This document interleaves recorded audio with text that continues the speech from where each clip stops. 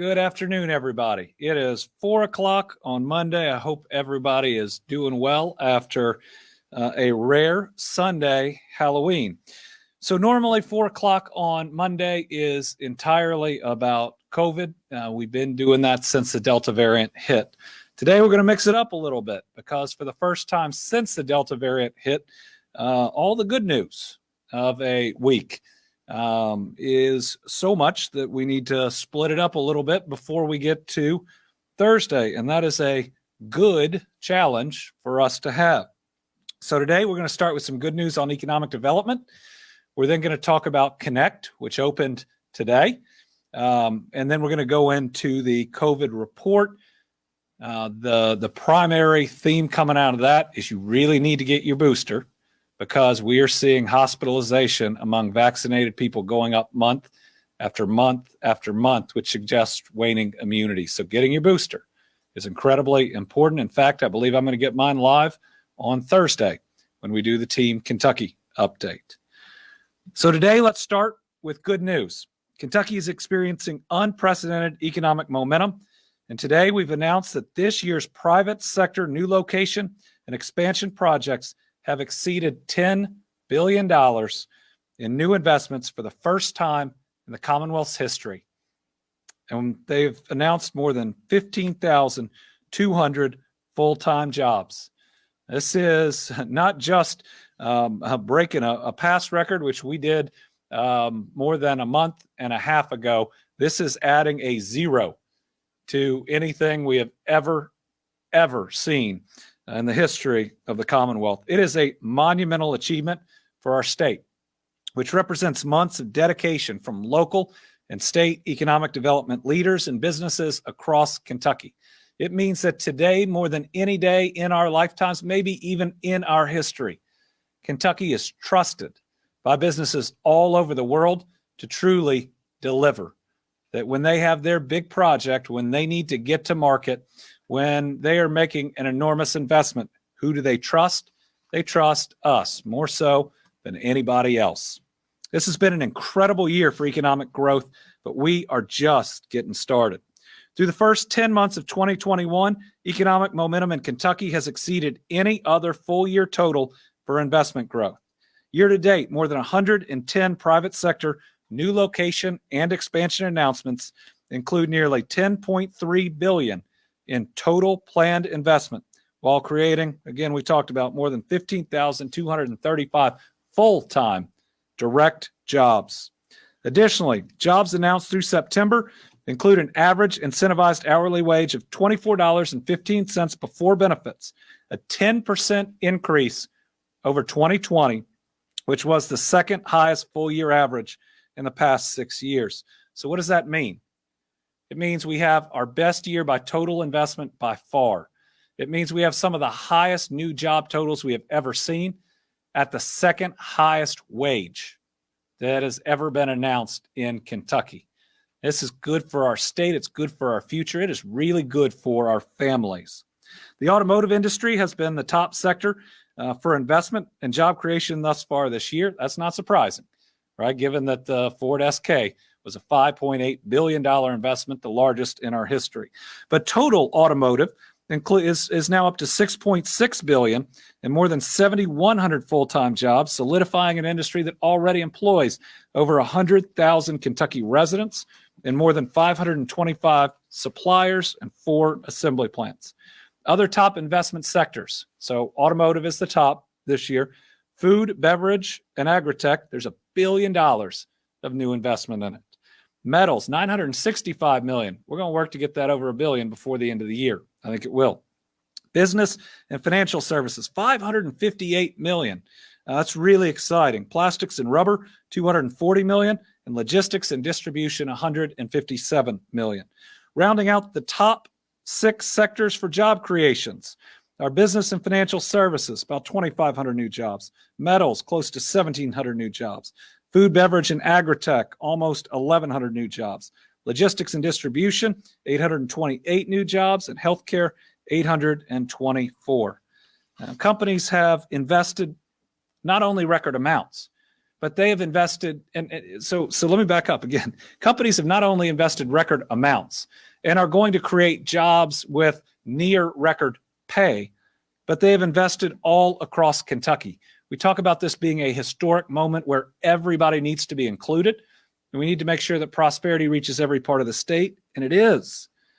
Along with Toyota's investment last week in the Bluegrass region, $470 million, I think, going into that facility, almost 1,000 new full-time jobs. We've had App Harvest with $42.5 million investment in Berea. In Community Wellness Technology, a $3 million investment, creating 445 jobs in Danville. The Cumberlands region, these are ad districts, saw Firestone Industrial Products announce and break ground on a 250-job, $50 million plus expansion in Whitley County. Chapin International, which also announced a new facility in Boyle County, added an $8 million investment in Mount Vernon, pushing their total commitment to almost $14 million and doubling job creation to 200 positions at that facility. In Eastern Kentucky's EKCEP region, Lion First Responder PPE is going to reopen its Beattyville manufacturing facility after more than a decade. That is a pretty cool story in the same facility. It's going to create 75 jobs. WellCare of Kentucky's doubling its staff in Hazard with 18 new jobs in an expansion project that saw the community selected over locations in Nashville, Tennessee, San Antonio, and Tempe, Arizona. In the Green River region, Pratt Paper announced the largest investment in Western Kentucky in more than 25 years, $400 million paper mill, creating 321 great-paying jobs in the Henderson area over the next 5 years. Last week in the Kentuckiana Works Greater Louisville area, GE Appliances roaring back. Those of us who watched those job losses over the years, that hurt. Seeing American manufacturing back and GE leading the way has been pretty special. They announced a new $450 million investment, creating over 1,000 additional jobs. KCC Manufacturing announced and broke ground on a 700-job, $60 million facility in Simpsonville. And Velan North America announced a new headquarters in Louisville and a new recycling facility in Shelby County, 150 jobs, over $100 million. In addition to Ford and SK Innovations investment in the Lincoln Trail region, that's kind of the greater Hardin County region, Canadian-based Kruger Packaging. We were really excited about this one. I remember making the calls myself. $114 million commitment, 150 additional jobs in Hardin County to establish its first corrugated box plant in the United States. We were first. Northern Kentucky's announcements, the region is like the rest of Kentucky on fire. Nucor's $164 million, 72 job, 2 mill in Gallatin County, and Fidelity Investment adding 600 professional positions in Covington, and so much more. Dollar General, hundreds of additional employees. South Central Kentucky, more investment in about a 4-month period than I think we've seen in several decades. Tyson Foods, 451 job Bowling Green facility announced last week, $355 million investment there. Fruhoff Inc., planning to reestablish a U.S. presence, $12 million investment in Bowling Green, 288 jobs. In the Tenco region, 4 companies are expected to create more than 300 full-time jobs with over $20 million in new investment. West Kentucky announcements include $70 million from Alstrom Monksjoe to build a second facility in Madisonville, 51 jobs there. Metalsa Structural Products, 97 jobs in Hopkinsville. Year-to-date economic success adds to numerous achievements and recognitions for us throughout the year. It's our goal. It is our goal to keep this train going. And even since the end of last week, we have another new jobs announcement. So on Friday, Central Motor Wheel of America celebrated the grand opening of its 275,000 square foot Pro Ace plant in Bourbon County. This is an expansion of CMWA's Bourbon County operation and includes plans to create 145 additional new full-time jobs for Kentuckians in this central Kentucky region. Lieutenant Governor Coleman was there to celebrate that day. This company is a maker of aluminum and steel wheels for passenger cars and light trucks. As we've seen over the last several weeks with major announcements from Ford, SK Innovation, Toyota, Kentucky has cemented its leadership role in the automotive sector, and we're excited about innovators that are out here making sure they're going to compete for the electric vehicles of the future. This new plant represents a 40-acre expansion of its existing campus and will allow the company to boost its production capacity by a full 50% because they have surging demand. Before the expansion, they could produce 2 million aluminum and 6 million steel wheels annually. Company says with the added capacity, they're going to be able to increase production by an additional 1 million wheels a year. This new plant, again, 40 new acres, 145 new jobs, and this company's workforce in Kentucky is now at 700. That is greatly appreciated. That is 700 Kentucky families working for a great company in this region. We want to thank them for their leadership, for believing in us, for picking Paris and Bourbon County. So very exciting. All right, one more piece of great news that broke originally on Saturday, but means hundreds of millions of dollars won't be exiting Kentucky or lost by some great Kentucky businesses. So yesterday, the Biden administration announced a deal with the European Union to remove costly and burdensome tariffs on one of Kentucky's flagship and one of its most delicious industries, bourbon. Working together with U.S. Secretary of Commerce and a friend of mine, Gina Raimondo, U.S. Trade Representative Catherine Tai, and members of Kentucky's congressional delegation, including Congressman Yarmouth, our administration has taken an active role. These things were retaliatory. They were hitting bourbon harder than anywhere else because we can't move production offshore like other companies were going to be able to do with other products. This is an $8.6 billion industry for us, 20,000 Kentucky jobs. Now, earlier, they had pushed off when the tariff was going to significantly increase, and we thought that was a win. But the deal yesterday is going to prevent a catastrophic 50% tariff from going into effect, and all the tariffs, we believe, are going to be gone by January 1st, 2022. So I want to thank everybody in D.C. who worked hard for us. And I was just up there, last week or the week before, and all the while, Secretary Raimondo and others giving me the personal assurance that they cared about Kentucky, that this was the number one thing on their agenda, these tariffs.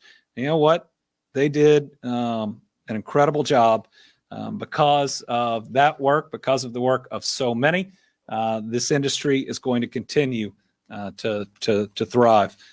I remember I was calling Secretary Raimondo, wondering why she wasn't picking up. It was her confirmation hearing in one of the first calls I made, but kept going because this is way too important for Kentucky. And everybody, including in the EU, deserves Kentucky bourbon. All right, let's move to Kynect, and then we'll get to COVID. Enrollment is now open for individual health coverage through Kynect. It is important. This is now, as of today, your opportunity to sign up for plan coverage that begins in 2022. There's a convenient place where you can go to see everything available to you, and you need to shop around. It's the relaunched Kynect portal, kynect.ky.gov. Healthcare is a basic human right. And with the relaunch of Kynect, more plans are going to be available to Kentuckians that were on the federal exchange.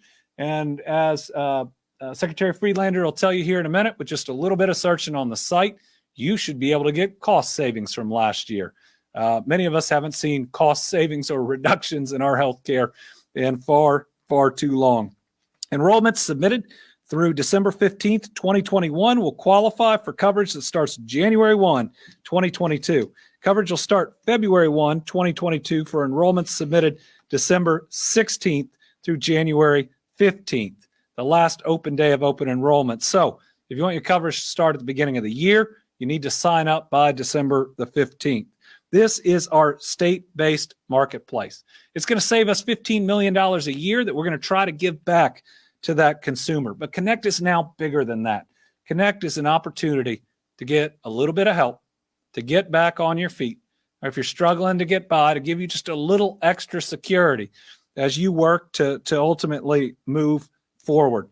You can get benefit and resource information on child care, on elder care, on food benefits, on utility assistance, transportation, job training, and veterans benefits, all on the one site, kynect.ky.gov. And 2 new health insurers are going to be offering coverage in 2022 on our state-based exchange. Ambetter from WellCare and Passport Health Plan by Molina. Plans are also available from Anthem and CareSource. These are the most options on a government exchange that our people will have had in a number of years. Portal visitors can also access information about a vision plan that's going to be offered, I think, for the very first time. Kentuckians currently enrolled in Medicaid can switch their managed care organization in this portal as well, but they got to do it before December 1st. Kentuckians who are eligible for Medicare or prescription drug benefits can enroll on the Medicare.gov website. So you can, again, access online. If you don't have access to a computer, you can call. So please, everybody, let's get signed up, and you can get assistance from connectors and licensed health insurance agents. There are so many ways to get signed up, to save a little bit of money. Make sure that you shop around because there are more choices to look at than ever before. Secretary Friedlander.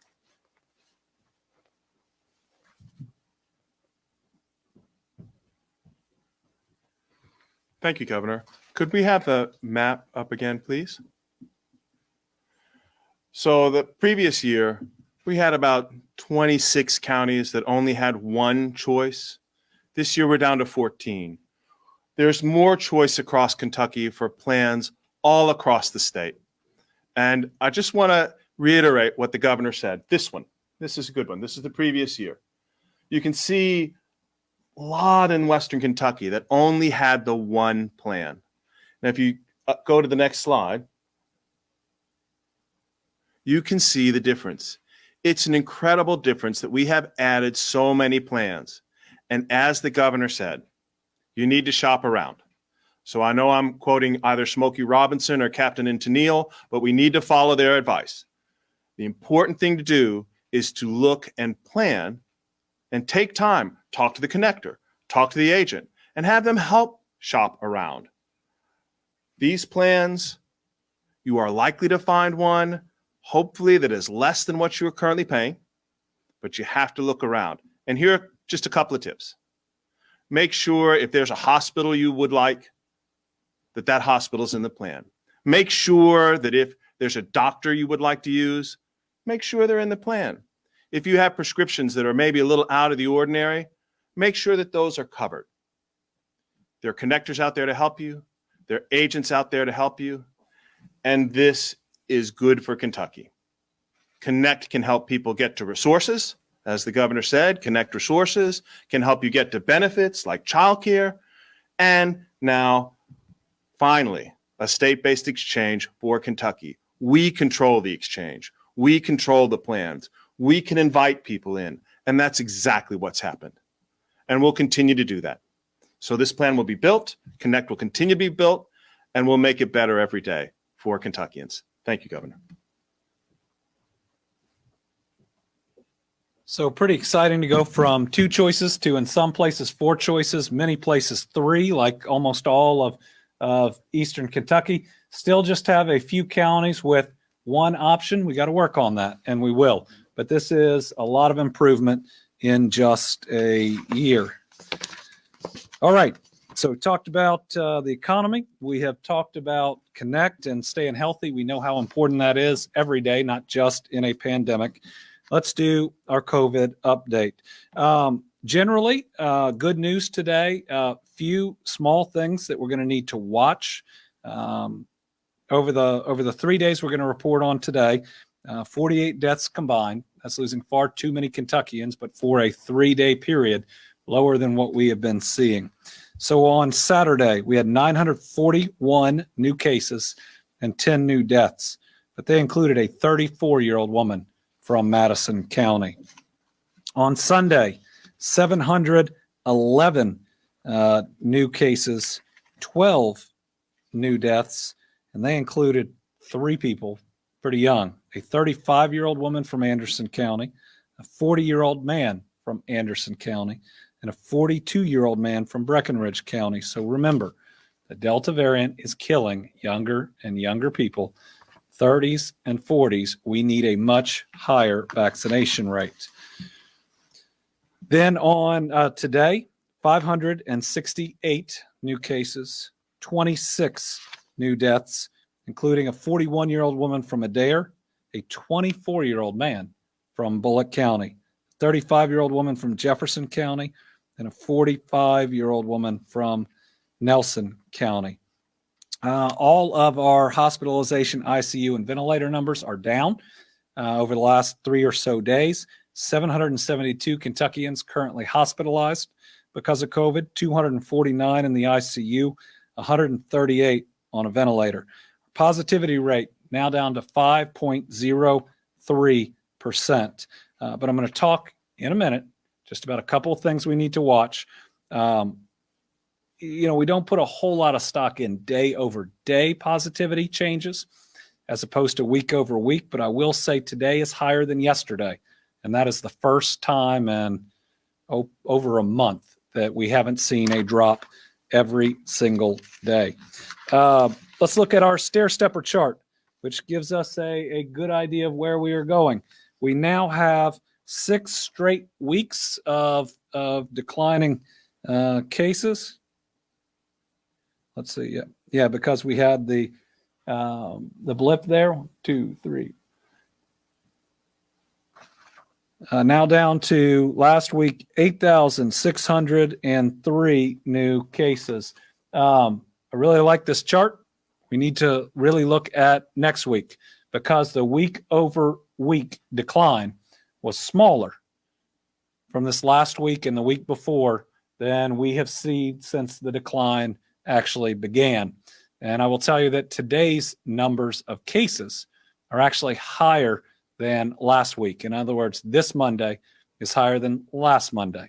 And that's the first time we've seen that in a while. That could be a whole lot of things.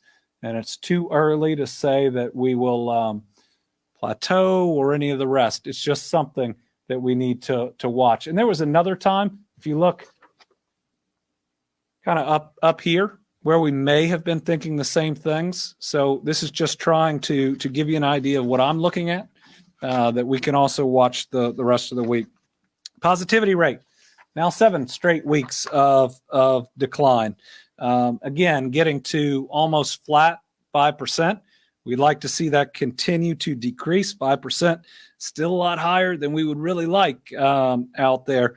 But this decline is a little bit better when we look at the rate of decline than the actual case chart. Of course, the best charts are when we show that we have fewer people that are really sick from COVID.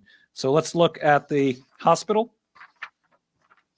Again, we have a nice downward curve here. It may be starting to flatten out a little bit, but there is definitely a declining slope that is still significant. We'll watch this in the next couple of days. The downward slope on the ICU, maybe even a little bit better. Obviously, we want this one really, really low because when you're in an intensive care unit, you are really sick. Ventilator chart, same way. It is, we've been saying positively negative. It is declining significantly. And that is again, what we like to see. So all of the trends that we would measure week to week when we'd really look at them are good. But again, the 3 things that I'm just watching and we need to watch and to be humble about where this can go is the drop week over week from this last week and the week before is one of the smallest that we have seen. So we hope that doesn't mean that our decline is slowing, but we have to watch that. Sunday's positivity rate was 4.98%. Today's is 5.03%. Statistically, with a couple more days, that could even out, or it could ultimately not be necessarily meaningful. But as I look down this chart, That's the only time, at least in the past 4 weeks, that it hasn't just, with the exception of one, that it hasn't gone down just about every day. And then finally, today, 500 and plus 568 reported cases, more than last Monday at 544. So we will watch all of those. But again, our trends are going in the right direction. We just want to continue to beat COVID and to see it spread less here in the Commonwealth. Other trends pretty good as well. We have the most ICU beds available that I remember in a while, 203. That number hadn't been above 200 very often. Hospitalizations over the last 7 days decreased 10%.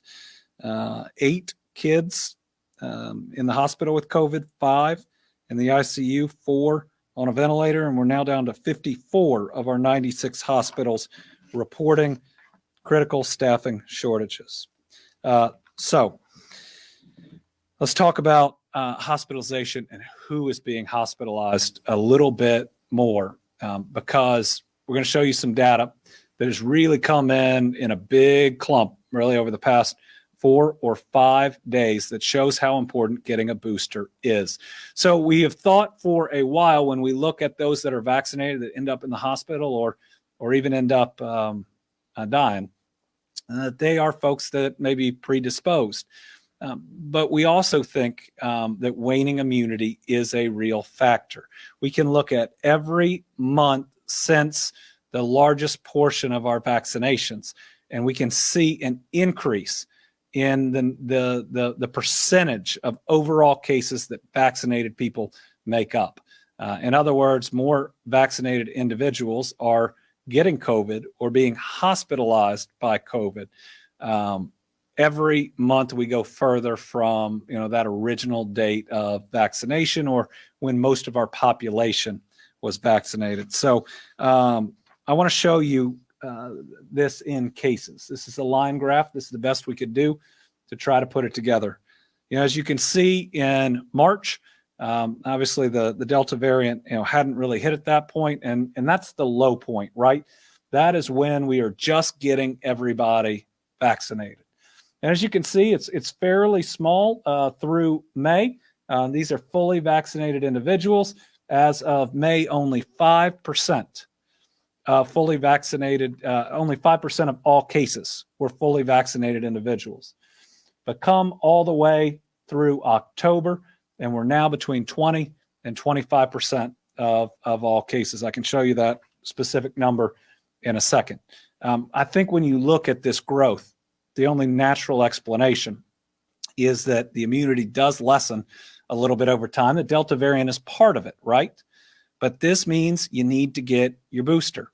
And from all the data we're seeing, we think we can turn this line back around and get it down to where it was in March, that even with the Delta variant, the boosters will give you the level of immunity that we probably had in March and April and in May, when it was 5% or under. But if you think about how protected you were then, and you were not that well protected now. We'll show that in a couple different ways, but you will be that well protected with the booster. Now let's look at hospitalizations. And, this is maybe even a little more, an even better example of how over time the number of people getting sick and really sick from COVID that are fully vaccinated has increased. Again, it's in part because of the Delta variant, no question. But you also see over time, though we did increase for a little while in our vaccines after we'd kind of plateaued, which I think explains a little bit of the downward curve.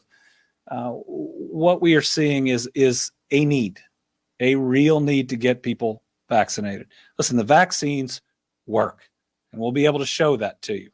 And really, it almost eliminated sickness in the months after.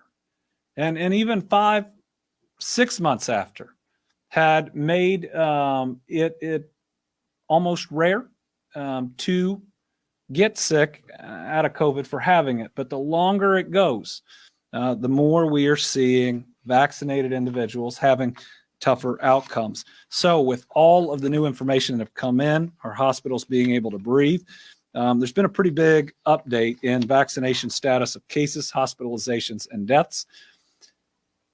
If we boost, if everybody who's gotten a vaccine goes out there and gets a booster, this chart will look like it did 2 months ago as opposed to where it does now. So as you can see, this has been a pretty significant change. Now 16% of all cases since March 1 are fully vaccinated Kentuckians. And the hospitalization, remember, this has changed now from 92%, where it was for a long time. 92% of all hospitalizations were unvaccinated, now down to 84. You could flip it the other way around and say the hospitalizations for fully vaccinated have gone from 8 to 15.8 out of that group. Again, this isn't bad news. The vaccines work. It's just you need a booster for the vaccines to continue to work at the level that we need them to. Deaths, again, our statistics have been about this for a little while. But again, it is critical that everybody get out there and get that booster, because every month that's going by, we are seeing more vaccinated people by percentage of overall cases and hospitalizations increase. All the data, though, that's what they saw in Israel. That's a little bit of what they saw with older individuals in the United Kingdom. And once they did nationwide boosters, which they did, the numbers went back in the direction that they looked right after the initial vaccinations. So if you qualify for a booster, and 80 to 90% of us do, again, I'm going to get mine on Thursday right here. Go out and get your booster. Schedule it as soon as you can. And remember, everybody 65 and up can get a booster, should get a booster. You can get any type of booster. If you took J&J for your first shot, go out and get a booster right now. Right now. If you got J&J, get it and get it as fast as you can. Otherwise, if you have any major underlying health condition, go get a booster. You qualify. And finally, if you got a job where you interact with a lot of people, go get a booster. Folks, that is most of us. That is the vast majority of us. So my message to you is go get a booster. It's going to help us defeat this thing. It's going to help us to get back to a real normal. And I think we also see on the next chart, which we've shown you before, rate of COVID-19 cases and vaccinations, that with the wane of immunity that happens slowly over time, the vaccinated versus unvaccinated has gone really at one time.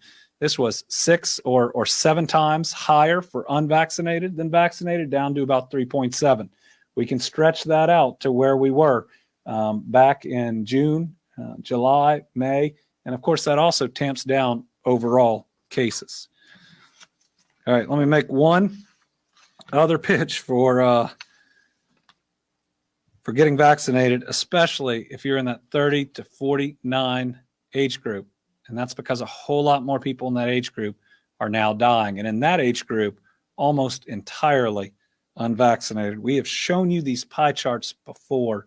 And hold up for a minute, Scotty, where one of the great things to see was those over 70, were 75% of the first one. And then it cut it down in half. And what we saw is 50 to 69-year-olds increase. But I want you to compare when this comes up, 30 to 49-year-olds pre-Delta and where we are now. It is dramatic. When you look at deaths before the Delta variant, only 2% of all deaths were in the age group of 30 to 49. That is now 13%. That is a 6.5-fold increase. So if you're in that age group, and I am, a lot of people in our age group are now dying of COVID when nobody did before. You need to get your vaccine. And then if you qualify, you need to get your booster. All right, let's look at the current state of vaccinations. Let's get to the adjusted overall numbers. We're going to look at this demographically today. We're still working all the counties were impacted. This is our new number as of today of individual Kentuckians that have been vaccinated. And hold right there for a second, Scotty. 2,556,655. That is with all of the duplicates removed because we wanted an accurate number along with the vaccinations that we have done over the last several days. So go to the first one. What that means is 57%. We've been over 60, but 57% of all Kentuckians. And this includes people who are not eligible. So 57% of all Kentuckians have had at least their first dose. Next number, again, we'd had up higher, but 67%, over 2/3 of everybody eligible in Kentucky for a vaccine has gotten at least their first dose. We need to push this more, but 2/3 of eligible Kentuckians isn't bad. We just know we have to do better. And then when you look at 18 and up, and the reason we show this is that's when it's your choice, right? On your health care, almost 70% of all Kentuckians that age have gotten at least their first shot of hope. We got to do better, but I am proud of that for something so new that's been so politicized, that there is so much out there on Facebook and the rest. Almost 70% of Kentuckians that can make their own call have gone out there and gotten this shot. But what that means is at 70%, we really need you to continue to talk to your friends and family and relatives that are in the 30%. Try to do it with kindness.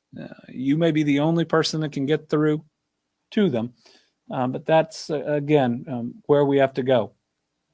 So those are the updated there. Now, let's look through the age demographics. 75 and up didn't change a ton.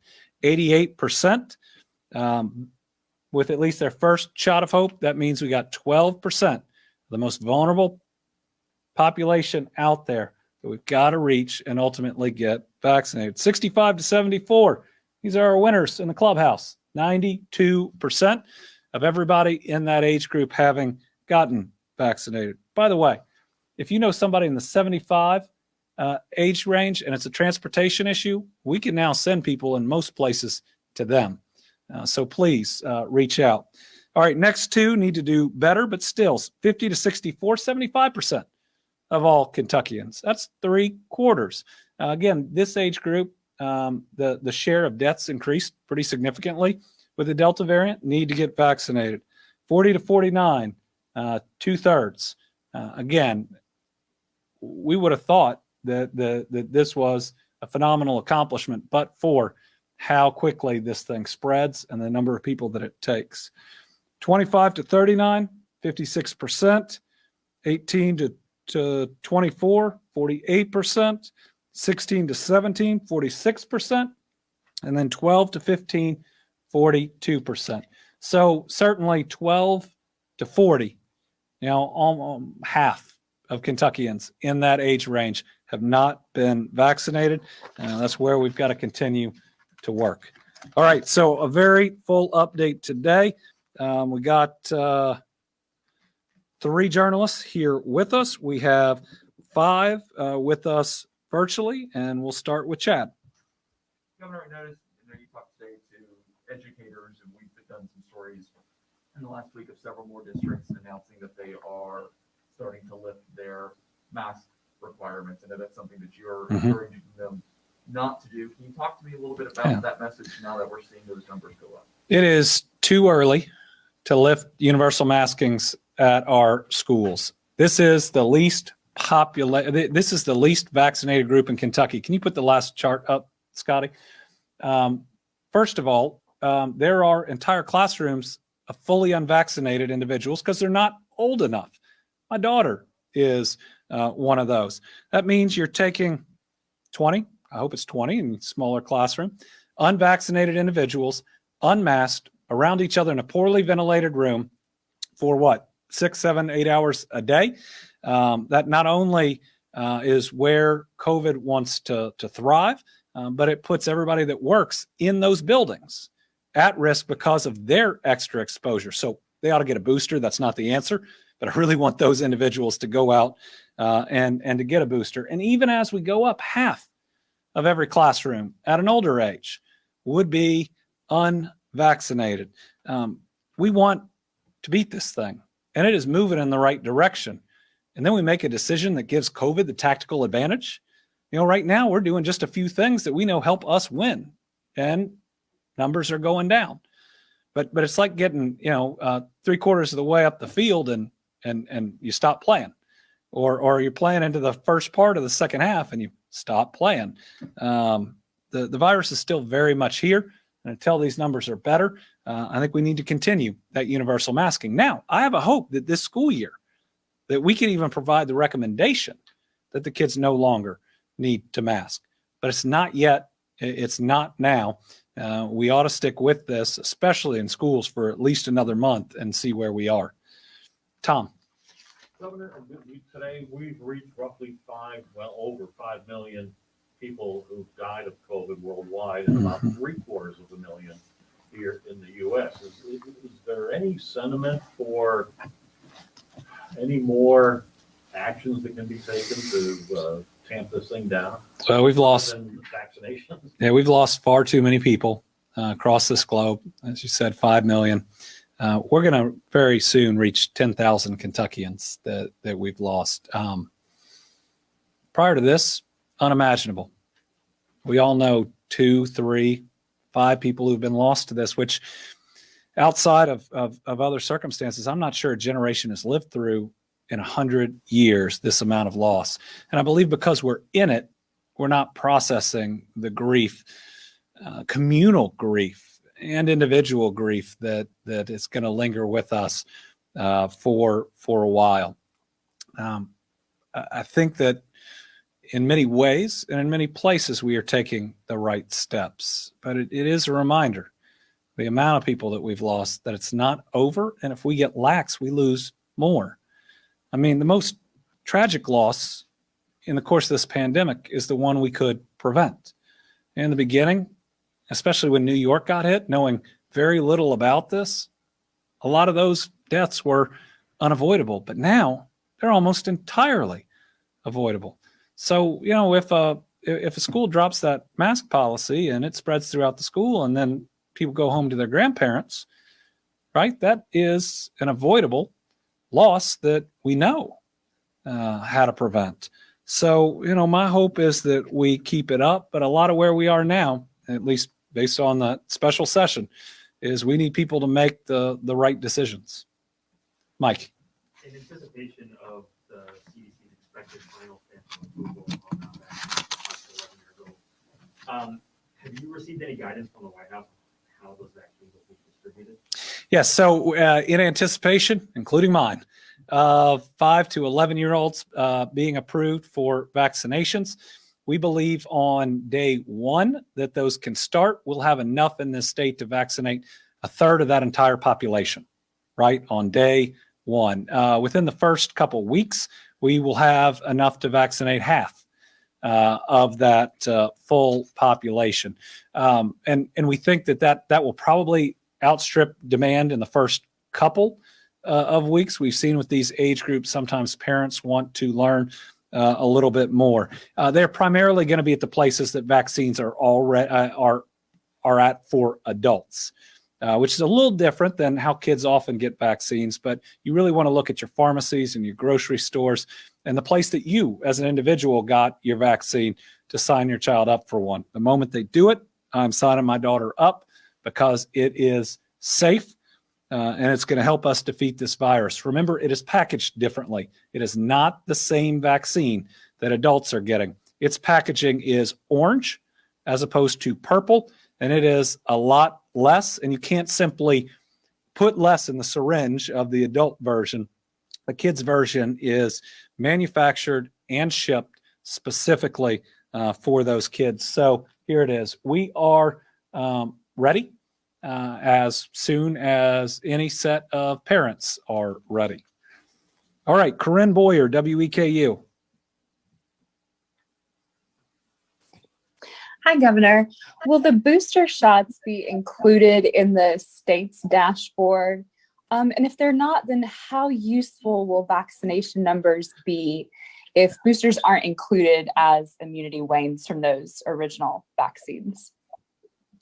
Right. So even if somebody doesn't get their booster, obviously they're much better protected against COVID than if they'd never gotten vaccinated. So we still will be sticking with the how many unique Kentuckians have a level of immunity through vaccination. That's the what we track right now, which is the one shot. Now the CDC tracks percentages with 2 shots, and then Eric, have they put something up on the booster yet? Yeah, we think that the federal government will be tracking that. You can get on the CDC dashboard right now and see Kentuckians with the second shot and then the third. We'll look at what to add on our dashboard. We know that the CDC tool is out there that people go to, but we keep trying to. What is in many ways the simplest way to say this is the number of Kentuckians who've made the choice to protect themselves and those around them. Karen Czar, WUKY. Thank you, Governor, and thank you, Virginia. I have 2 questions. The first is, will this... Oh, hello, Virginia. Yeah, I can't see her, but hello, Virginia. Will the best way for parents and guardians, once it is approved for the 5 to 11-year-olds, will the best way for them to find a site still be the state website? And then the other question is, with the new data that you presented today, would you like to see booster restrictions and requirements completely eliminated at this point? Thank you. So I would like, yes. I think everybody should be able to get a booster. I think everybody should be able to get a booster 6 months after they got their last shot. Let's make sure the largest number of Americans and individuals throughout the world that can be back at that 90+%, they'd be less likely to catch it and be less likely to spread it. We have seen how almost normal our country can be right after vaccinations. And this helps us get back there. It even protects, I think, or better protects those that have not gotten vaccinated. What was it? The booster shot is up on CDC. Oh, the booster shot is up on the CDC website. What was the first part of the question that I missed? Vaccination. Vaccination for kids. Yes, go on the state website. It directs you to the federal search tool, which will have a spot. They've already developed it. They haven't made it live for kids. Just like you have to look specifically on there for your 12 to 15-year-olds, like we did. It's the same tool, same way people are getting online right now. Melissa Patrick. Hi, Governor. Can you give us an update on the availability of monoclonal antibody treatments in Kentucky, and has there been enough to meet demand? Yes, there has been enough to meet demand because demand has dropped.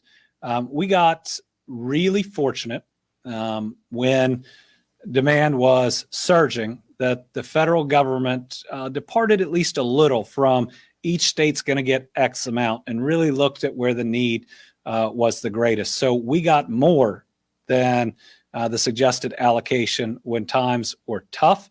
And now the demand has really plunged significantly. And so we're still supplying the sites that we put up that are on the website, but certainly meeting demand. Now, there are 2 types of monoclonal antibody treatment, and some people come in wanting one specific type and done in one specific way. I mean, there's both the infusion and there are shots. Now, what we can't guarantee is that everybody gets the brand that they want in the way that they want it. But yes, from every indication we have right now, there is sufficient monoclonal antibody treatment out there. That's really good news. Sarah Ladd from the Courier-Journal. Yeah, thank you. Regarding that increase in cases and the small positivity rate bump, I know you said it's a little early to know what caused it, but just curious if there's any indication if, it's more waning immunity. Is Delta going to surge again? Is it another variant? Any indication on what exactly might cause it? Yeah, so the sample size is the smallest possible in our data. And so I just pointed out because I haven't seen it. at least the cases in a while, and we've only seen 1 or 2 examples on the positivity rate. Again, just this is trying to be humble on what this virus can do, since at different times it's been unpredictable. Actually, that's its goal, right? To be unpredictable, to outsmart all the defenses that we put up. So I think it's too early. If it's more than just a daily blip, which it could be, then the question is, are we moving towards a plateau as opposed to a significant downward slope? We start getting more parabolic, which is possible. When we look in the past at when we have come down, eventually we have hit not a zero, but kind of that new plateau. Again, we've had so many days of decreases. I'd be surprised if all of a sudden, thud, we're at that what the new floor is. But I just think it's worth pointing out anytime we see these, so that we are careful. Waning immunity. When we look back, I think we'll have more cases and the Delta variant, and it's 2 things, right? It's the aggressiveness of the Delta variant and that immunity piece. I think that we'll see, again, when hospitals are able to upload all the data, that the case for boosters is even stronger than we previously believed. Rachel Droz, WHAS 11, with our final question. All right, then, Sarah Ladd, congratulations. You had our final question. Thank you, everybody. A lot of good news out there, and really even on the COVID front, while we still continue to lose people, it is good news in the continued decline. Let's just be humble. Let's just be careful. Let's watch this really close. Let's continue to protect one another. Again, we don't get to choose how long we're battling this thing, but what we do get to choose is how we do it and how we protect one another. Virginia, thanks for joining us. I wish I could see your smiling face, but thank you for all your continued efforts to make sure that everybody is included.